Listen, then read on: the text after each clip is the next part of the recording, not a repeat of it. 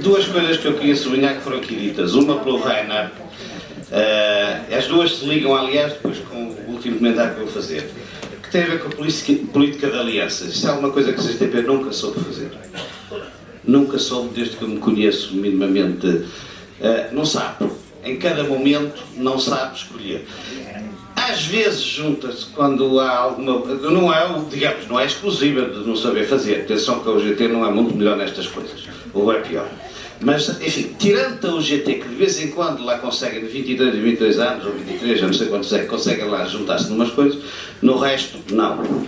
E a política de alianças significa a gente perceber que isto é uma luta longa e que é preciso saber construir os passos.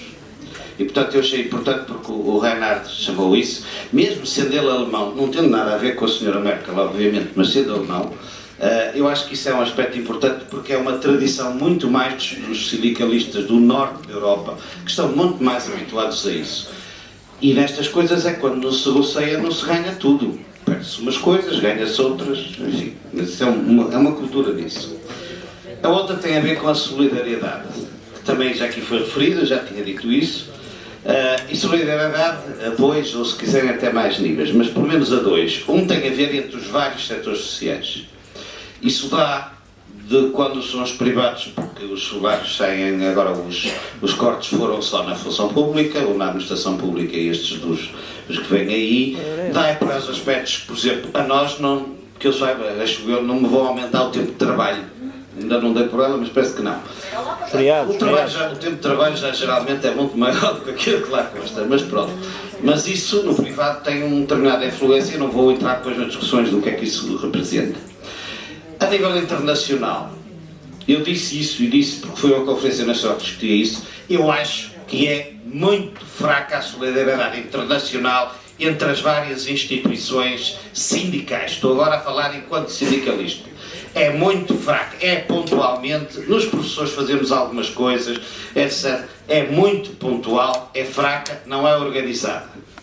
E depois podemos juntar a isso porque é que estamos fora da CSI, mas de facto, já que isso disse, não é? Apoiamos entre aspas, a CGTP apoia os sindicatos chineses, líbios, sírios, etc. Assim umas coisas interessantes.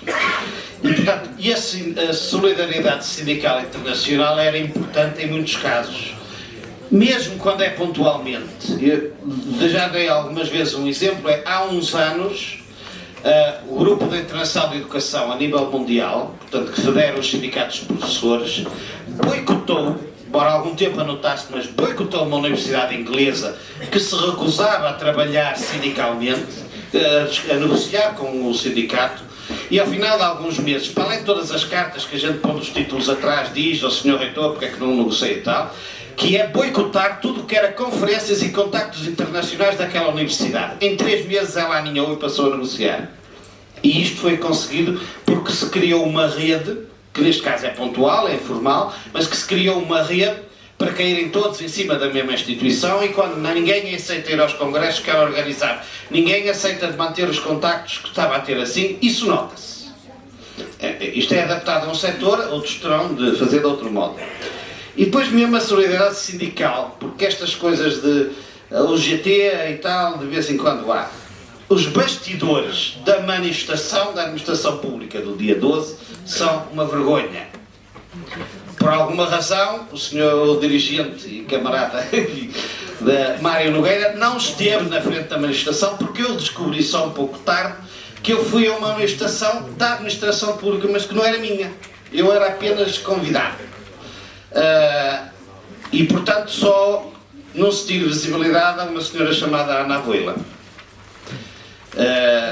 E, portanto, estas coisas, quando começam aqui, porque as pessoas têm outras estratégias, em termos de poderes sindicais, os congressos aproximam, essas coisas que a gente sabe, isto começa logo na nossa casa. E, portanto, quando caminhamos para juntar os GTs e outras coisas, as políticas de alianças tornam-se ainda mais esquisitas. Eu queria, de qualquer modo, dizer uma coisa que é completamente irrelevante agora para o dia 24, até porque acho que do momento em que se consegue a adesão da UGT, isso é um facto político suficientemente importante para a gente não poder contornar muito, e não se pode abanar muito a UGT e não vão eles outra vez sair apesar de tudo estarem com a greve. Mas eu concordo com aquilo que o Veguinha disse há bocado.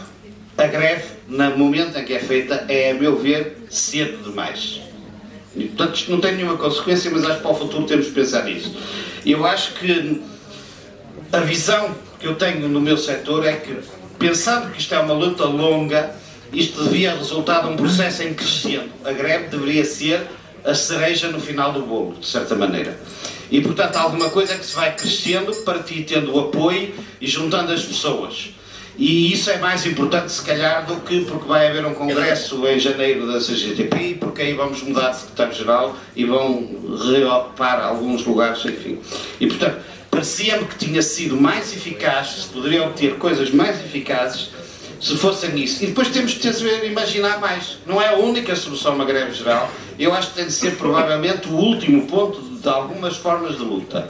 E que também não são ir todos os dias para a moda também típica da CGTP, fazer um grupinho para o Rocio ou para a Assembleia da República, etc. Não estou a condenar nenhuma destas ações individualmente, é que é só isto. Quando eu vou ao Conselho Nacional da CGTP, de onde faço parte, perguntei, e no dia seguinte, o que é que fazemos? Já fizemos uma greve, e agora? E isso ninguém sabe responder. E penso que no caso de lutas longas, por exemplo, eu não sei como é que isto se aplica nos outros setores, uma luta longa tem de se fazer com uma coisa que se chama que é uma greve de zelo, que é uma greve de certo modo encapotada.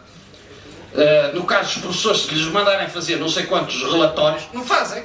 Não vão deixar de dar aulas. Mas não fazem os relatórios. E aquilo há de entupir em algum lado. Porque quando forem tantos relatórios que vão faltar, vai-se dar por ela. Enquanto é só um e tal. E isto tem de se conseguir. Uma greve não é feita para nos chatear a nós e nos tirarem um dia de trabalho. Uma greve é feita para chatear o patronato, entre aspas, que o nosso, neste caso é o do Estado, que eu sou funcionário público. Está bom?